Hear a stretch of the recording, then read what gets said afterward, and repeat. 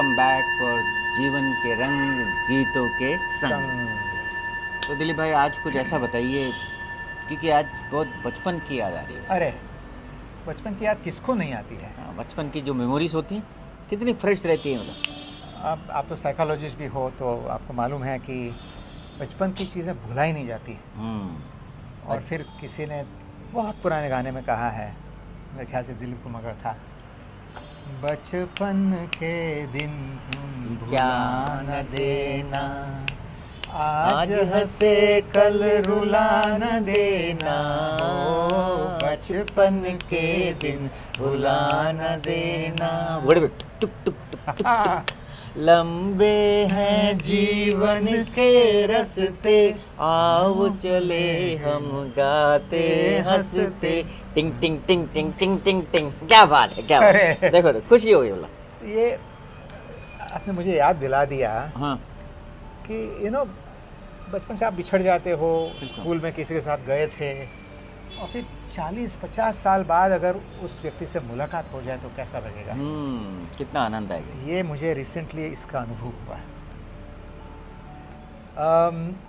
BARC Bhabha atomic research, तो हमारे कुछ प्रीवियस प्रोग्राम में, ट्रेनिंग प्रोग्राम में उनके कुछ लोग आए थे, तो मुझे एकदम से याद आ गया कि मेरा एक क्लास के साथ, मेरे स्कूल का मित्र जो था, उसने BARC ज्वाइन किया था 1970s में।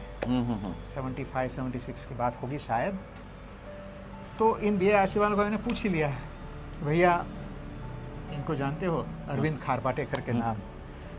तो उन्होंने बस, सर वो तो रिटायर हो चुके हैं, वो होंगे, मैं जानता था, लेकिन क्या बात है। तो मैंने बताया हमारे दोस्त थे, तो उन्होंने जाकर के उनका नंबर मुझे भेजा। अरे क्या बात है। देखो और मुझे की बात सुनिए कि उन्होंने नंबर उठा लिया। आजकल कोई नया नंबर आता तो उठाते नहीं हैं। फिर उन्होंने उठा लिया और इतनी खुशी हुई बात करते करते। उन्होंने मुझे पूछा, आप वो तो नहीं जो रोया करते थे क्लास में? मैं क्लास में ऐसा था कि अंग्रेजी मुझे नहीं आती थी और ये गुजराती मीडियम से हिंदी में लाए थे। अंग्रेजी उन सब लोगों ने सीखा था प्रीवियस क्लास में, गुजरात में अगले क्लास में सिखाते थे। जो भी था, मुझे ABCD भी नहीं आती थी। और टीचर जी आई तो खड़ा होना है, पढ़ना है। खड़े हो गए, लेकिन पढ़ना आता नहीं है, तो आँख से गंगा जमुना होती थी। तो सब मेरे क्लास लोग जो थे ना, वो मुझे चिढ़ाते थे रोतल रोतल करके। ये बात अलग है कि ओवर ए पीरियड फिर मैं अंग्रेजी अच्छे से सीख लिया और लोग याद रखते हैं। तो इन्होंने वही बात याद करी, यार 5 साल में आप एकदम टॉपर हो गए अंग्रेजी में। फिर मैं बोला हाँ, तो बहुत सारी बात तो हुई। फिर मैंने पूछा, यार मेरा एक दूसरा दोस्त था, मेरे साथ बैठता था, मणि करके, तो उसके बारे में कुछ जानते हो? तो बोले उनके भाई हमारे नज़दीक में रहते हैं, तो मैं आपको पता लगा के देता हूँ। और 2-4 दिन उन्होंने फ़ोन करके मुझे बताया कि वो चेन्नई में है, इस नंबर पे हैं, प्रोफेसर हैं। अरे क्या बात। इंजीनियरिंग कॉलेज में। मैं बड़ा खुश हो गया। मैं बोला, यार आज जो खुशी मुझे अरविंद जी से मिली है, वैसी खुशी यहाँ से मिल जाए, क्या बात मिलनी चाहिए करके मैंने फ़ोन घुमाया। थोड़ा सैडनेस मुझे लग रहा है, क्योंकि जो खुशी यहाँ मिली थी ना, जो यहाँ मिली वो वहाँ नहीं मिली। अरे ऐसा कैसे हुआ? अब पता नहीं, आप साइकोलॉजिस्ट हो, बता सकते हो कि जीवन के उतार चढ़ाव आते हैं लोगों को। शायद आपको पहचान नहीं पाए, शायद मेमोरी कुछ हो सकता है। क्योंकि उन्होंने कहा, कौन दिलीप? अच्छा हाँ, अच्छा ठीक है। तो मतलब कि एक्सटेंशन नहीं हुआ, कनेक्ट नहीं हो पाया बातचीत का एक्सटेंशन जो होना चाहिए ना, जो अरविंद जी के साथ हुआ, वो नहीं हो पाया। तो उसका मुझे थोड़ा सा गिला रह गया कि यार आपका पूरा उत्साह था वहाँ से। उत्साह होता है कभी कभी, मैं जरा एक्सपेक्ट कर रहा था ज़्यादा। लेकिन बचपन की जो यादें होती हैं ना, वो बड़ी गहराई तक रहती हैं। और उन दिनों जबकि आपका तर्क वितर्क चालू नहीं हुआ है, इंटेलिजेंस जिसको कहते हैं, 7-8 इंटेलिजेंस बोला है ना, तो उसमें आपका लॉजिकल इंटेलिजेंस अभी शुरू नहीं हुआ है। तो उस वक्त पे आपको जो जो मैसेजेस मिले हैं वो आपके सबकॉन्शियस में बैठे वो रहते डीपली हैं बैठ जाते हैं। और वो आपके जीवन जीने का आधार बन जाते हैं। बिल्कुल, बहुत अच्छा काम। और इस आधार को अगर अच्छे विचार हैं, अच्छे मैसेजेस मिले हैं, तो आपकी ज़िंदगी को अच्छा संवार लेता है, जो बहुत सारे घरों में मिल जाते हैं। कुछ लोगों के घरों में तकलीफ़ होती हैं, कठिनाइयाँ होती हैं, उनके माहौल अच्छे नहीं होते हैं, तो वहाँ पे बच्चों को कुछ बुरे आदतें लग जाती हैं, चीज़ें भी होती हैं। तो इसलिए बहुत इम्पॉर्टेंट है कि हम अपने बचपन को दोबारा विज़िट कर पाएँ। और अगर हमें लगता है कि बचपन के जो आधार थे हमारे जीने के जो आधार बन चुके थे, जो बातें हैं, उन बातों को हम दोबारा से चेक कर पाएँ। ऐसी कौन सी मेमोरी आपकी बचपन की जो कि पट इमीडिएटली आती है, बोले गीत के साथ?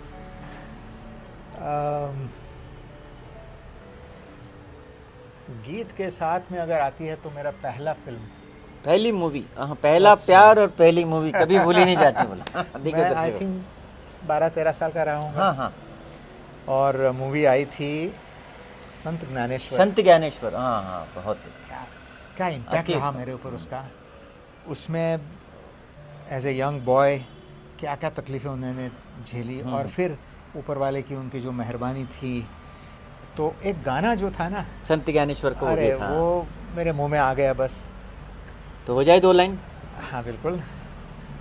ज्योत से ज्योत जगाते चलो, ज्योत से ज्योत जगाते चलो, प्रेम की गंगा बहाते चलो। बहुत खूब, बहुत खूब। और हुआ क्या मालूम है, मैं वापस आता हूँ घर और वो पूरा संत Dnyaneshwar was on my head. आप भी संत ज्ञानेश्वर बन गया। तो बाजू वाली आंटीज़ थी, इधर वाली आंटीज़ थी, मेरी मदर थी, और मैं 2-3 घंटे तक मैं पूरी कहानी बता रहा था, और शायद दोबारा रिपीट भी किया होगा। वो अभी भी मुझे याद है। क्या बात है, क्या बात। और वो जो बात मैंने कही ना कि आपको जो अच्छी चीज़ें भी मिलती हैं, अगर वो आपके जहन में बैठ जाए तो आपकी ज़िंदगी में वो एक रास्ता बनता है आपके लिए। तो ज्योत से ज्योत जगाते रहो। शायद मुझे लगता है कि पिछले 20-25 साल से मैं जो ये ट्रेनिंग में या लर्निंग फैसिलिटेशन में कर रहा हूँ सर, तो वो वहीं से शुरू होगा। वहीं से वो उसके बीज वहीं हाँ, जो आप एक ज्योत आपके ट्रेनिंग्स को जगा दो, और फिर वो अपने घर जा कर के अपने घर वालों से, अपने लोगों से जगाते रहें। तो मेरे ख्याल से ये बचपन का ये जो बात थी वो आज मेरे ज़िंदगी का एक नया पहलू बन के रह गई है। दर्शकों, अगर आपको ये सीरीज़ पसंद आ रही है तो हमारे इस वीडियो को ज़रूर लाइक करिए और हमारे इस चैनल को सब्सक्राइब करिए, और अपने सभी साथियों के साथ, अपने स्वजनों के साथ इस चैनल के लिंक को शेयर करिए ताकि उनके जीवन में भी आनंद की अभिवृद्धि हो। बहुत बहुत धन्यवाद।